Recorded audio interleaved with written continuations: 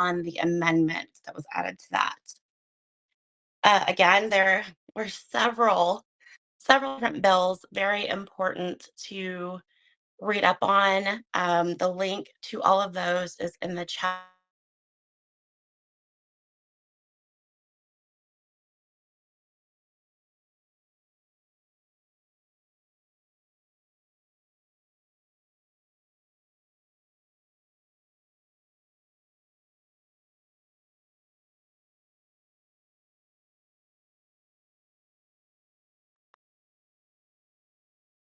We have Steve. He is the chair of the Rural Caucus.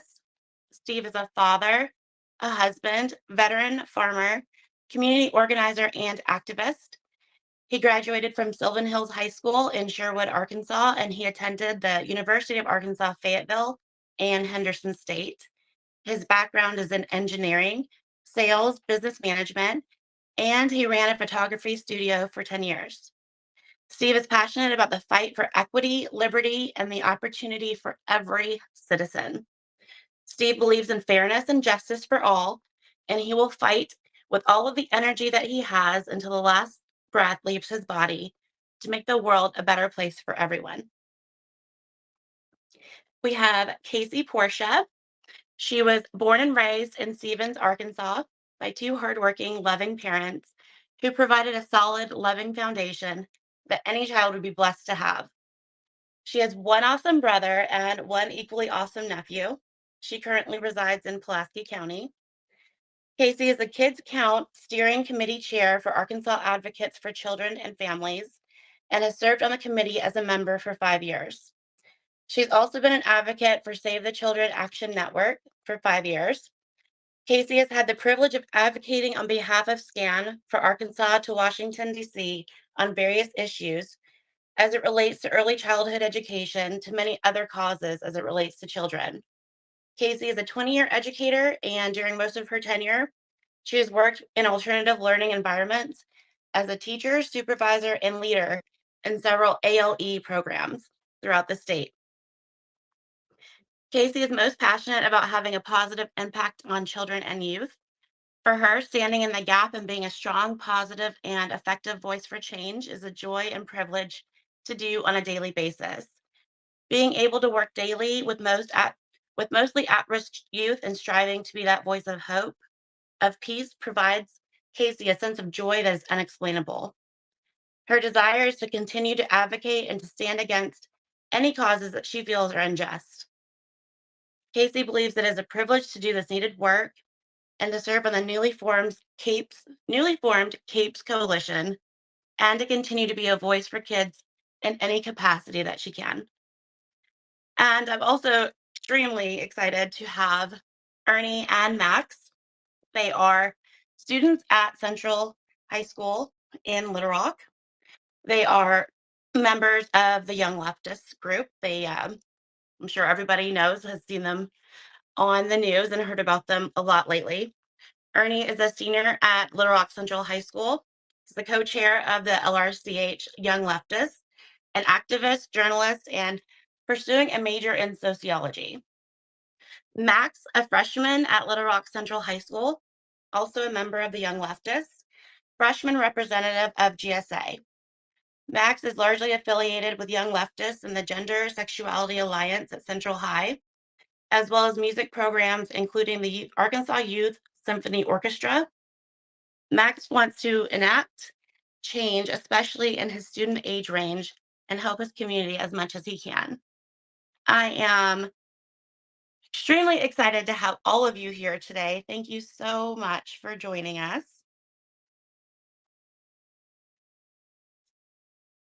Kasey, I wanted to start with you.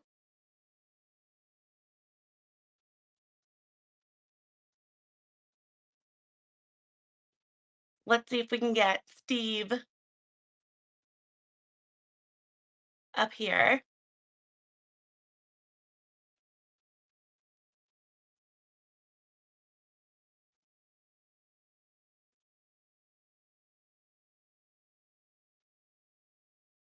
I just sent you that speaker request again, Steve.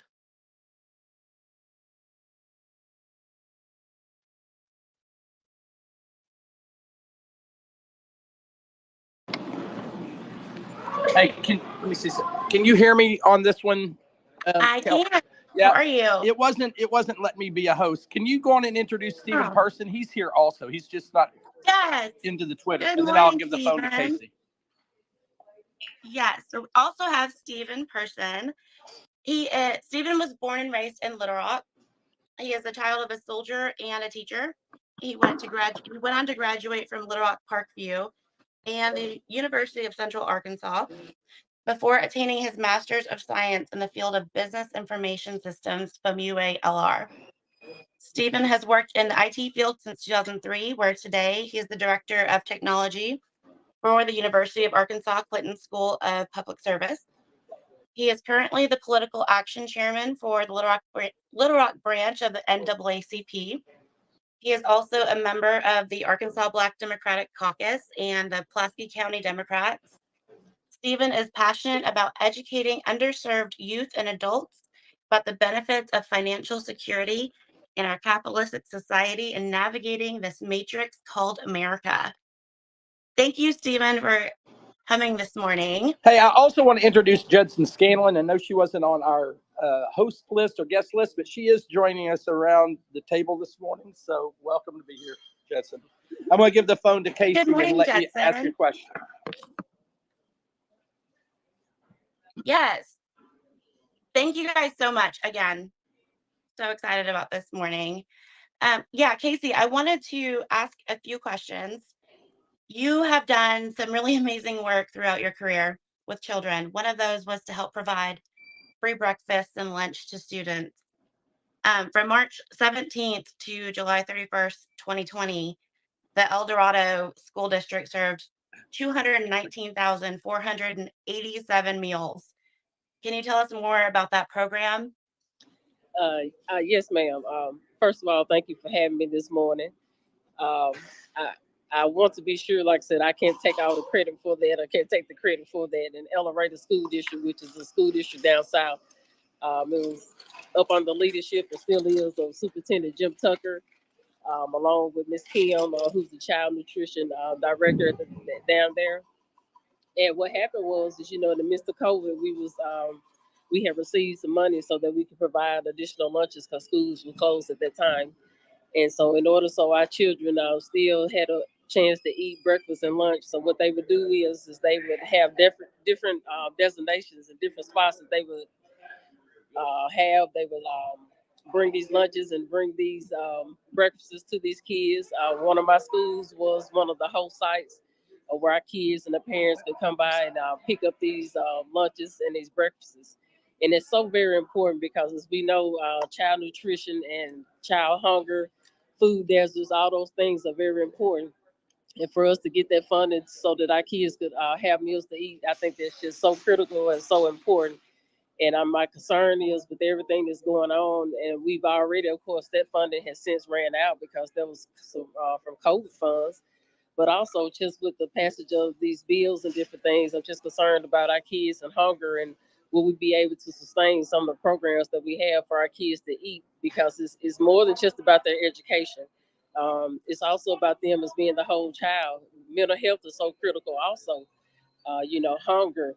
And, so anyway, these things are important. And so we're excited about that program and the things that El Dorado School District have done and is currently doing in order to assist our students. Well, I think that's a really great program. And that was a concern that I was wondering about, is how this LEARNS Act will affect programs like that.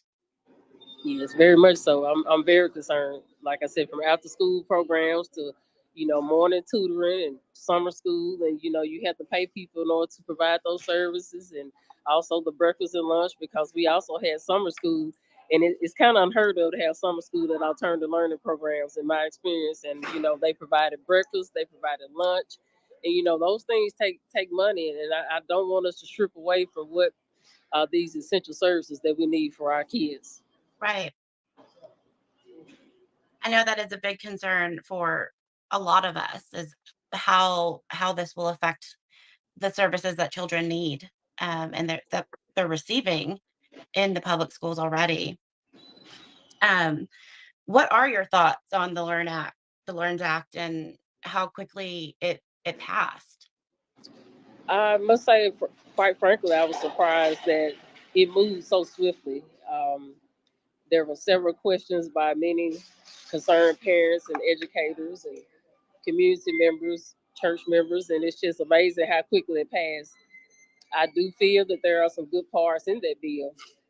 However, I do feel there are some parts in that bill that I'm just wondering how is it going to work, because it's been in education for 20 years. I've worked in charter schools. I've also been a charter school principal. I've worked in, like I said, alternative learning education. I've seen a lot, and I just wonder how some of it is going to work. And my main concern was, well, who were the people around the table that were having conversations about it? It seems that a lot of educators wasn't involved, and I think, that I'm just surprised that it moved so swiftly in the amount of time that it did, and I'm just very concerned about its implementation and what all is going to take. Because even as I look at it, it's going to be more than just about the teacher salary, the $50,000 that they want to start out at. It's also so many parts in that bill that's going to require some extra people in order to do the work, and that's more money. And also Right. too with the salary scales, I'm concerned about that. What about the people that have been there for 20 years? And now I've also heard talks that some superintendents are not wanting to necessarily, but they may have to freeze, people where they are, where they traditionally get a raise every year. And we are already in a low paid profession. Now I'm all for the reading. Our kids need to be on grade level. I'm all for doing whatever it takes that we have to do to get them there. But I'm just concerned about the Teacher Fair Dismissal Act. Just concerned about that $50,000 starting salary, and just the swiftly and nature that it moved in. So I just want to, I want us to have more of a conversation about what's going on and giving us time to talk it out as a team and as citizens here in Arkansas. I agree. And I think that was one thing that was really highlighted the amount of teachers, educators, administrators, parents that were saying, "Hey, let's back up a little bit and look at this. We have some concerns, and these are our concerns. We want to know more about X, Y, and Z." And it seemed like those concerns were just kind of glossed over and not taken into consideration. It was pushed through really, really quickly. And I just was looking at Twitter last night, and I haven't had a chance to kind of look and research the facts on it, but there were some tweets from people that I follow about they're hearing from their districts that it's going to cost X amount of money to implement this, and they're given this, this much money, and so there's going to be a deficit. And how are they going to come up with that extra money? So there's a lot of concerns, and one thing I'd like to know is, how do you feel about how the Learns Act will affect the smaller school districts? I'm so glad you said that, because I'm from a small town, like I said, Stevens, Arkansas, and back under the first Governor Huckabee, we had to consolidate back then. Right. And it took a profound effect on our community, because when you don't have a school, you take the life out the community. And so even now, when you go home, I mean, there's nothing there. There's no school. You don't have a grocery store anymore. And my fear is that it will cause some of these smaller school districts, they would have to consolidate. And again, when you take out the school out the community, you take the life out of the community. You're taking jobs out of the community. You're taking services that those kids can have. Our kids right now, some of our kids were consolidated in Stevens in 3 different districts, which was Magnolia, Camden Fairview, as well as Nevada County. And think about how far, well, I know, y'all might not know, but think about how far that is for them to drive.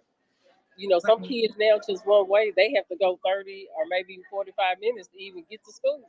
And so think about the taxing and the time that adds up for the child. That adds up time that they could be learning or in extracurricular activities or doing something different. And like I said, it just takes the heart out of the community. Like I said, it takes jobs out. It takes food off the table. And those are things that we have to think about. How would this Learns Act be sustainable?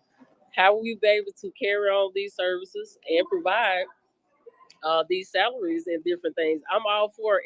Like I said, I've been in education for 20 years. I'm all for a teacher pay raise. They deserve it. They deserve it, but we just have to roll it out a little bit more slowly and figure out and let everybody, budget. Hey, let's do X, Y, Z. Let's try to figure out, is this sustainable, and will we be able to do what this Learns Act is requiring us to do? Oh yeah. Oh yeah. I think that's been, one of my as a parent, one of my biggest things too is teachers need to get paid. Teachers across the country are underpaid. Um, we don't value our teachers enough, but our education here in Arkansas, we know that we need to do better. Our children deserve a better quality of education. Um, so investing in that, I think everybody's on board. It's just how do we do that in a way that benefits everybody?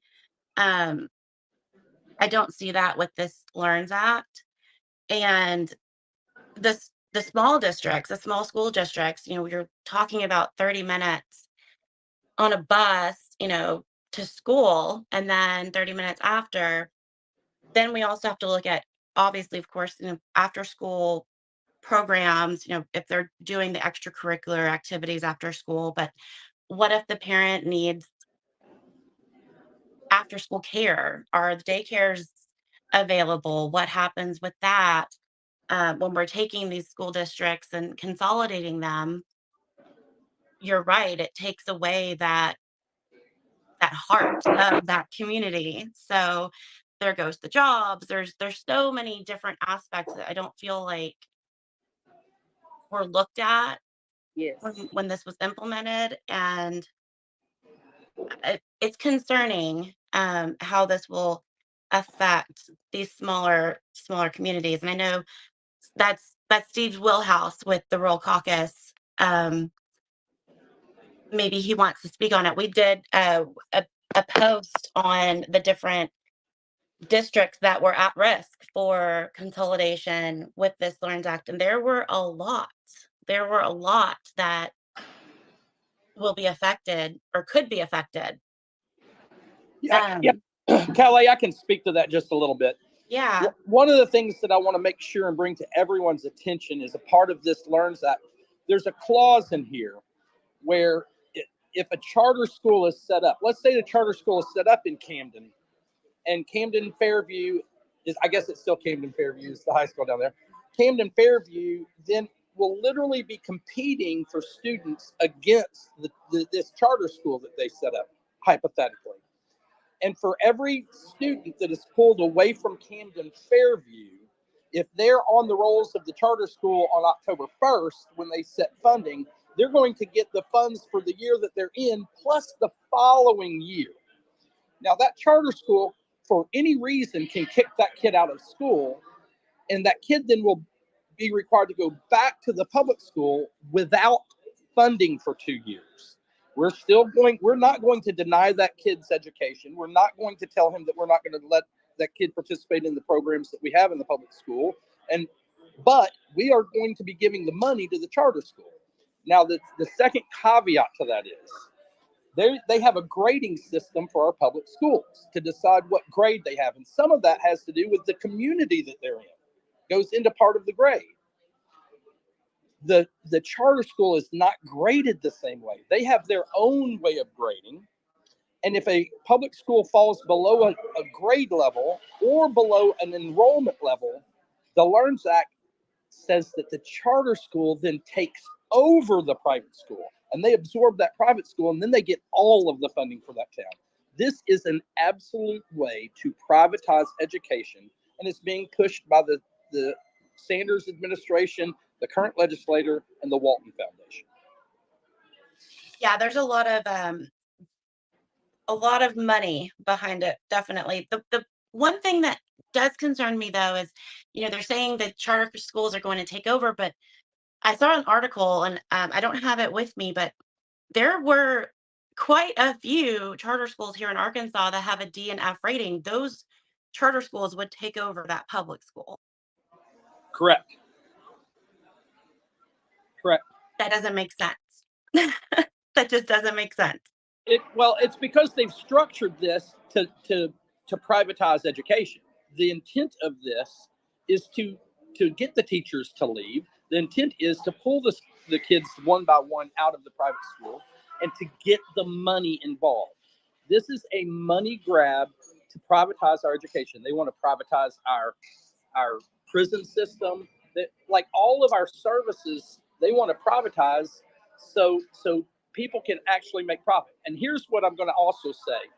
I would challenge people to go look on the board of directors for the people that are on some of these charter schools, and more importantly, with the companies that are selling the books to the charter schools.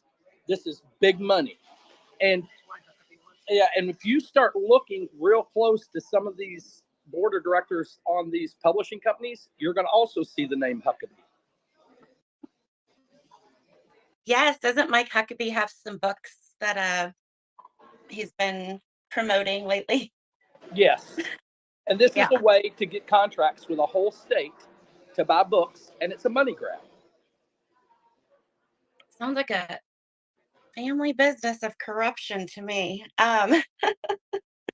Anybody there at the table, feel free to jump in. I do have one question, and I have several more questions for Kasey, but this one's personal to me. Kasey, how do you feel? Do you feel the Learns Act will benefit children who receive special education? Well, quite frankly, I don't see anywhere in the Learns Act where they're addressing special education. Um, Special education is such a vulnerable population. Where I currently work at now, about 40% of my students in alternative learning education is special education students. You're a But, little muffled, Kasey. ma'am? You're a little muffled. Okay, I'm sorry. Can you hear me? Yeah, that's perfect. And I was just saying, I don't see where it's really addressed in the Learns Act anything specific to special education students. About 40% of my kids right now in the alternative learning program I'm at, they're currently special ed, and the services they provided are next to none. I'm in a very good school district, I will say that, and they provide excellent services, and we need for those services to continue. And like I said, it's so much more than just reading math and or arithmetic, as we say. But like I said, it's the mental health aspect of it. Like I said, mental health is so important, especially after what we've been through with COVID. And, like I said, that food insecurity and different things. And so I don't want those services to be cut because of this Learns Act. But guess what? Something eventually is going to have to be cut because I don't see it. And maybe I'm not, working the books every day because I'm on the front lines every day. But I mean, it's just concerning because I just feel that our special ed kid students, they will continue to be left behind. And it's very concerning. Yeah, I want to jump in there, and I'm going to toss a question over to Stephen Parsons, if that's okay with you, Calais. Yes. Concerning this, so Stephen, we're out there every day watching what's going on with the legislature. We're seeing all of these bills, and we are currently in an administration that believes in expanding government, not reducing government. They're finding a way to put government in every aspect of our lives, and in particular, we're looking at this Learns bill and the amount of money that it's going to take to do this. And now we see that they're going to have a big omnibus criminal reform package, and they're going to want to expand prisons, and they're going to want to expand the length of time that we have people in prisons, and we're going to expand the number of crimes that'll put people in prisons. Like, they're trying to create a way to put people in prisons and control the population. But the bottom line comes to, we got to pay for all this stuff. And the last thing that's going to happen at the end of this General Assembly is they're going to have to start coming up with how to pay for all these programs that they've now passed and enacted. And there's word on the streets of how they're going to do that. And I've heard, and I'm going to ask you if you've heard any different, that one of the major things is they're going to start cutting services. And one of the major first things on the chopping block is the Affordable Care Act. And they're going to do away with the Affordable Care Act for Arkansans. Have you heard anything about that? Well, I will answer both of those questions. So as far as the LEARNS Act, I'll touch on that first. As much as this is about money, this is also about class. There has been certain entities in America who has been trying to circumvent Brown v. Board since its implementation. So this is just yet another way to do that. On to the second question. To expand our prison system is going to come with a cost. Governor Sanders, before she was elected, has already made clear that she's looking to cut the sales tax in Arkansas. 59% of our budget. Right. So, and again, I think Steve just says upward to 59 to 60% of our budget. So therefore, that's going to be a major chunk of revenue being discarded from our revenue in the state of Arkansas, and you are expanding government on top of that. So that looks like a recipe for disaster. As far as getting rid or finessing the Affordable Care Act, I have heard that because the funding comes from the government and the state just won't apply or won't request any funding, won't accept any funding coming from the government. So therefore, that money will not be here to pay for the programs that the Affordable Care Act supports. So, and I guess I look at it through a different lens. Because I kind of saw the train coming down the tracks. Because if you look at other states who have similar legislature ratios of Republicans and Democrats similar to Arkansas, they have been doing the same exact thing. And so this is a trend that is going to continue across the states, who elect, what is it? We have 80+% Republican in the legislation office in the state legislature right now. So when you have a imbalance like that, you're going to have people who are going to do whatever they can to kiss the ring of Donald Trump, and this is what this is all about. Everyone wants to get an invitation to Mar-a-Lago to meet their king. So and all be damned who may prevent that. But just to go back to the answering the question, yes, I believe that the LEARNS Act is a way to circumvent Brown v. Board. I believe that not only will the state look to dismantle the Affordable Care Act, cutting the sales tax on top of that will lead to disastrous results, especially for individuals who are middle class or below. 100% agree with that, Stephen. I 100% agree with that. We're, looking at this big education bill and then the cut to healthcare. And then we have this prison expansion and it just. Well, Kelly, I'll jump in. They're cutting Medicare. They're making it where you're going to have to work to get certain Medicaid. They're going through the rolls right now and taking as many people off the Medicaid and Medicare rolls as they can. They're literally doing their best to cut as many services. Little things where the state of Arkansas has 1 to 5 years to implement programs, they're cutting it down to the bare minimum, like the amount of time that you can get unemployment or the amount of time that you can be on certain services. They're going to make it where Arkansans are at a disadvantage from other states. Like, to live in Arkansas, you get less services than if you live literally across the line in other states. It's not fair. No. Your leftists are wanting to talk. You got a good question for them there, Kelly? I do. Stephen brought up Brown v. Board or the Board of Education, and I'm just in awe with what the Young Leftists did. You guys are just such an inspiration. My kids are a little bit younger than you guys and look up to you and what you guys did. Can you tell us a little bit more about how that came about? What inspired you to write that letter and organize the walkout and the protest? So, being at Little Rock Central High School is an incredibly unique experience, and I could say that I was for my freshman and my sophomore year, I was living in Bentonville, and I went to Bentonville High School, which obviously was still a public school, but a completely different experience. But being at Central, being in a place that obviously is so historically significant and almost revolutionary, these kinds of conversations are always being had, and these are conversations that are being had among the student body, not just the teachers.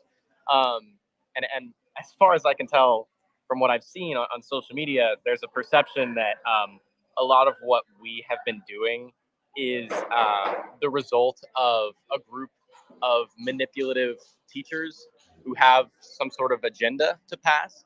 And honestly, I think we've taken that more as a compliment, because what it sounds like is they're impressed by what we're doing so much so that they don't think that kids could have been doing it. But yeah, these are conversations that are always just kind of being had. And so anytime that there's some sort of big, political occurrence that's going on, especially being in an already, political student organization, these are just conversations that are constantly being had. But I think that we saw a responsibility, not just as the Young Leftists, but as students of Little Rock Central High School and students of public school in general. And I can't speak for everyone that's in public schools, but I went to private school my whole life before I went to high school. Ninth grade was my first year in a public school, and the last 4 years, I have gotten so much more out of public education than I ever could have out of private education. And it's more just it's not just about the curriculum and the school itself, but it's about the experience. The experience of going to a large school where you're in classes with people that are from many different places and many different classes. The conversations that are being had there are far more valuable, at least in my opinion, than any sort of conversations that were being had at private school. And I think the fear here with the Learns Bill, the Learns Act, I suppose, is that the logical foundation of the bill is the idea that public schools are a failed institution and that they are beyond saving. That is how Sarah Huckabee Sanders and her cronies have pushed this. They've said public schools are failed, so we need to save the kids by giving everyone an opportunity to go to a private or a charter school. The problem, besides all the other problems, is that even in this perfect world where every single public school student, is eligible to go to a private or a charter school, there's simply not even close to enough room to admit every single public school student. And this is another way for the Republican Party and for the state legislature to widen the gap between the lower and the upper classes. And so what they're doing, they have no obligation to educate lower income students. They have no obligation. Students in Arkansas have a constitutional right to an equitable education, and that's through public schools. Schools, private institutions have no incentive to, take on the quote unquote burden of educating lower income students. And this is something that, I think they understand, but I think it's something that they don't care about. When it's all said and done, when it gets to that, what's the day, October 11th, or whenever it is that they decide whether or not they're going to keep these students, October 1st, they are not going to remove the upper class students who are getting these high test scores. Obviously, high test scores being in the tests that are, geared towards upper class students. They're going to remove these lower income students, and they're going to send them back to these public schools, which Sarah Huckabee Sanders has admitted are failed. She is simply okay with sending thousands and thousands and thousands of students to completely, a completely destroyed institution. And I think a misconception that a lot of people have is that what we want is to maintain the status quo with public education. And while there's a lot of value that I've gotten out of public education, of course, public education needs help. Public education needs lots of help, but the LEARNS bill is going the wrong direction, and you know, there are aspects of it that they promote to make it seem like this revolutionary thing for public education, like the increase in the teacher salary, but that's simply a nice pretty cover that they can put on the bill in order to pass these much more malicious aspects of the bill. And Max, I don't know. Yeah, it's all right. I wanted to go back to what you said about the walkout thing in the beginning. How they were saying Yeah. that. Sorry. Yeah. Oh, About that. what they were saying about the walkout things. Like I remember I saw this one tweet in particular that said, "Do you seriously expect me to believe that students en masse learned about education policy and then decided to en masse walk out or whatever about this? And it's not indoctrination from teachers." And I thought that was really funny because the amount of teacher help we've had is slim to none. I mean, we had sponsors, but I mean that was a required thing that we have to have.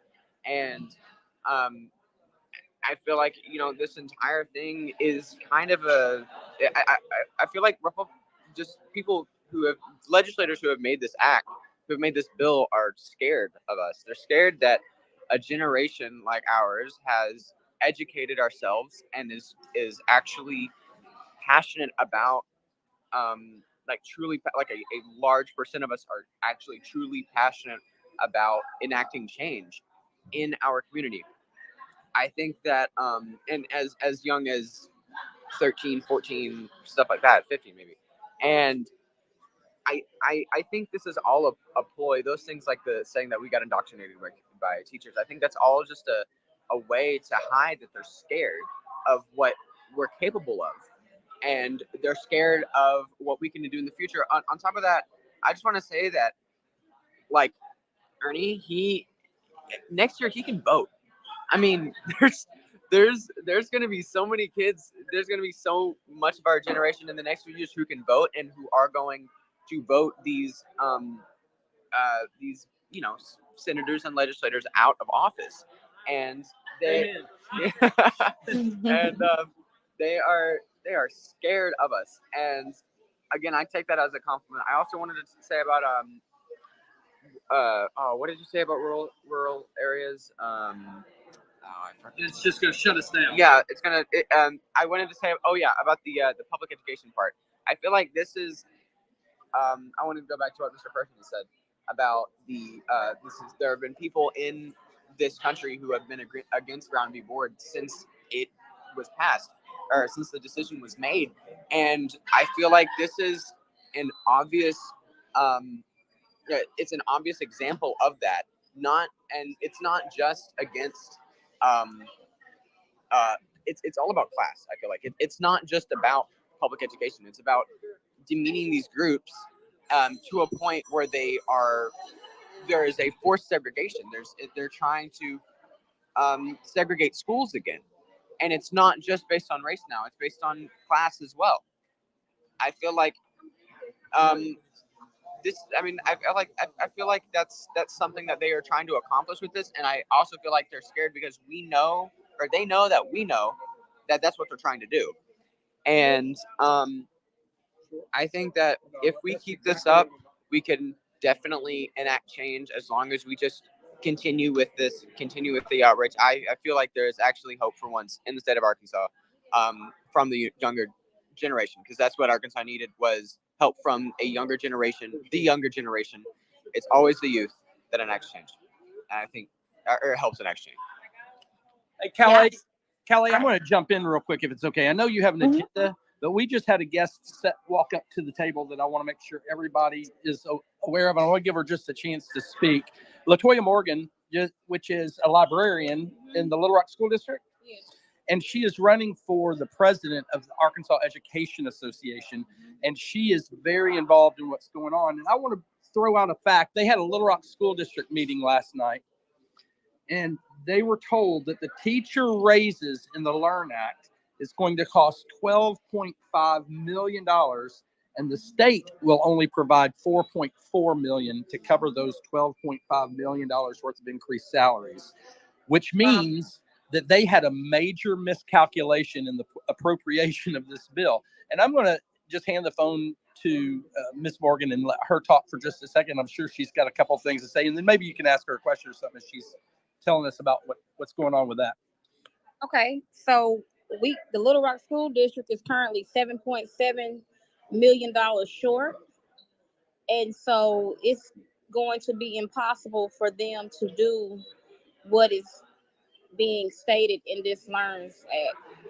And you're one of the biggest school districts in the And state. we're one of the biggest school districts in the state, and I do not think we all know that's by design. It's going to, so if that's going to have that effect on one of the biggest school districts in the state, what is that going to look like in some of these rural areas? That's a huge area of concern. So people are being promised things. I mean, it's just misinformation, basically.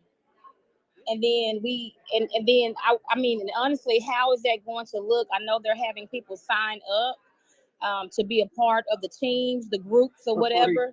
But how is that, like, how are they going to be selected? Like, what is that going to look like? What is the representation of that going to look like across the state? Because those details have not really been shared either. I mean, it's like a resume that your application that you fill out. But other than that, how are people going to be selected for that? So how do we know they're not just putting people on there that, agree? Right. How do we know that's going to be diverse? I mean, we don't. So that's a really good question. I had that same one when I saw that application. I'm surprised that they are allowing that, to be honest, but that's a really good question. How are they going to select people to be on this panel? And so then my other concern is, so the PPCs across the state are supposed to be assisting in every school district with creating that salary, the whole salary schedule, because you have veteran teachers, me being one of them. I mean, like, what happens to us? So I make $24,000 more than $50,000 right now. So if we don't have the funding to do that, am I going to go back? But when they did the getting rid of the Fair Teacher Dismissal Act, it's a clause in that says that they can't go back. Now that that's gone, technically they can take us back. Wow. And so that was the whole purpose of them filing to get that removed, because they knew that clause was in there, but that clause is not in there for superintendents. So that's and so the teachers, the bus drivers, the custodians, the nurses, all the other people are the ones that really run the school. We all know that. Right. But we're the ones that are not being valued and paid our worth. But we're expected to come in with a great attitude and, and be awesome. I was just reading you. I'm glad that you mentioned that. I didn't know that doesn't include the superintendents. My kids' school district, their superintendent makes $251,000 a year, and that does not include an allowance for driving, and he gets a lot of different perks on top of that. And so in our district, they're constantly adding, like, they are constantly adding positions, like upper administrative positions, and no one is making under $150,000. But there's not enough for the educators. Right. That's doing the work. Exactly. So that's my that's a big concern. Thank you, Miss Morgan, for coming. Would really love to talk to you more about this. This is okay. And I am a president, and so I just need people across the state to know that I'm running, and that if you want to see our educators inspired to get on board, then I have to be elected. Right. Do you Because if have not, it's not going to be a great situation. I can assure you that. Well, then you have somebody that's literally in cahoots Yeah. with the side that's trying to pass all this stuff. Yeah, literally. Like we have been, as an organization, we have been, I mean, I'm saying we because I'm a part of the organization, but we have not had guidance. Like coming in now and saying, let's have a teletown hall yesterday, and it didn't even work. Like we had 500 people on the call, and we never talked to anybody on the call. That's it doesn't make sense. So we knew that the legislators were not in our favor, but I feel like we still should have put up a fight. We quit before we even started. And it's on record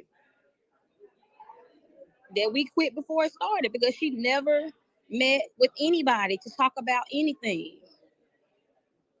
And we can't do that. No, we can't. We can't. I found I don't have a link, but I do have a graphic I'm going to put up in the nest for Miss Morgan. If you guys want to check that out, it has some information about her and how you can vote and get to know her more. I would love to have you on again and we can and talk more in depth about this and see how we can help you. I would love it. This Learned Act is really amongst everything else that we have going on. If we aren't educating and going back to what Ernie and Max were talking about, if we aren't educating our children, we are doing a disservice. Not we're doing a disservice to them, but we're raising a generation of children, people that will not know better and will be easily manipulated to just Hey, way any way that they can want we to. can we spend the last 10 minutes talking about what people can do to help us stop this Learns Act? Yes, I love that. We definitely should. We do have Kasey and Judson, I know, are part of Kate's. Well, Do now, we have the students at Little Rock Central that have signed up to be a part of CAPES. We're going to I love create a it. completely separate division, another pillar of our organization, and we're going to help them organize all of the students across the state of Arkansas in the CAPES Coalition too. So we're about to double our size by adding students to our group. We want to hear their voice. We need to hear their voice. Ernie, Max, you guys touched on a lot of different things, and I just really, before we talk about Capes real quick, I just want to say thank you so much for coming. And you brought up, they talked about the teachers indoctrinating you, and you're right. They think that you guys don't know and you're not aware. They're underestimating how involved you really are and how aware you are of what's going on around you. And they're scared. They should be. They should be scared. My children are, well, my son was 12 at the time and 15. A couple weeks ago, they were talking about having a walkout at their schools. And, they saw what you guys did and were so inspired. These legislators are underestimating the power of the youth and what you guys are doing. See, Thank you. well, thank you so much for having us once again. It's so amazing anytime we get to try and spread the message. But I actually I'm not totally sure if they're underestimating the power of our voices. I think they actually recognize the power that we hold. I think we saw that perfectly when a lot of our representatives went and testified at the Capitol. And Jane English, I mean, she seemed like she was a little worried about what we had to say. Yeah. My friend Max, to the right of me, is a bit of a local celebrity now because about over 2 million people saw Jane English silencing a bunch of high school students, and I think once again, I think they understand the power that we have when it comes to our voices, and like we were just talking about with the student division for the Capes organization, I think that this is going to be a perfect opportunity to scare them a little bit more, and I hope that we can do that as much as we can, yeah, we're super excited to get to it, and we really think that we can get this done. So yeah, thanks again so much for having us. It means a lot. I wanted to say that I thank you, Ernie, for that, and thank you for inviting us on the show. And I wanted to say that I feel like the one thing that these legislators and Sanders specifically are so scared about is it's the one thing that they're like sure that we can't do, and it's organizing. I think that they don't think that we can really organize ourselves because we're students, and there is a point to be made where, I mean, we are students. We do have other matters we have to attend to, like school. But I mean, I feel like they're very scared that we're doing these things, and if we organize ourselves like we're doing right now, especially with this Capes, especially with Capes, we're scaring them even more. I think We that could reach across the whole state. we really could reach across the whole state, and I think that outreach should be a very important part into talking to other schools. I think we should start. I feel if not with the rural areas, then with locally with other schools around us, and then it'll spread. Again, I wanted to touch on what was said in our last meeting at Young Leftists about how in politics, addition and multiplication is the best thing you could have, especially multiplication. And I feel like that's something we should strive upon if we want to get this out statewide and even nationally. And I feel as if organization is the key to success here, because we are, as students, we're very, very passionate about these things. Students in general are very passionate about things they believe in.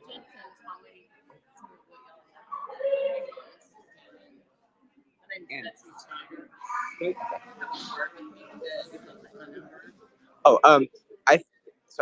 think that it's okay.